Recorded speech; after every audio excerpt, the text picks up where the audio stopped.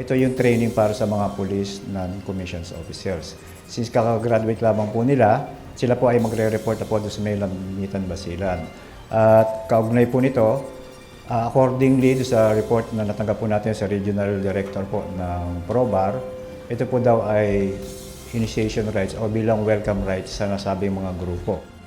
Viral ngayon sa social media ang pambubugbog ng mga pulis na nakasibilyan sa mga bagong patrolman sa Lamitan City, Basilan. Sa video, makikita ang pananampal sa nakaluhod na pulis na nakasuot ng field service uniform. Lumalabas sa investigasyon na ang naturang pananakit, bahagi umano ng reception o welcoming rights sa 129 na bagong mga pulis. Ayon kay Philippine National Police Public Information Office Chief, Police Brigadier General Randolph Tuanyo, nagsimula na ang investigasyon sa pangyayari.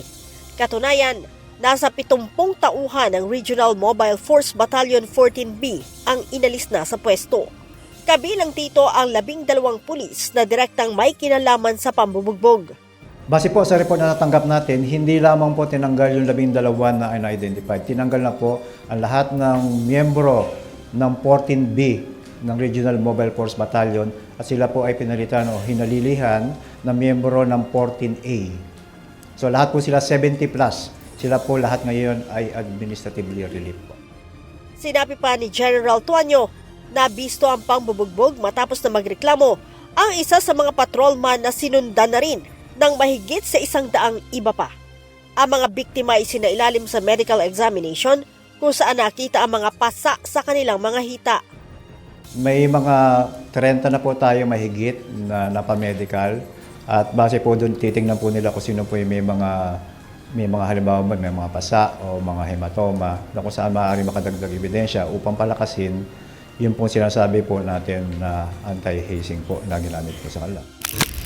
Paglilinaw ni Brigadier General Tuanyo, tanging exercises lamang gaya ng roll like a barrel at duck walk ang dapat sa reception rights.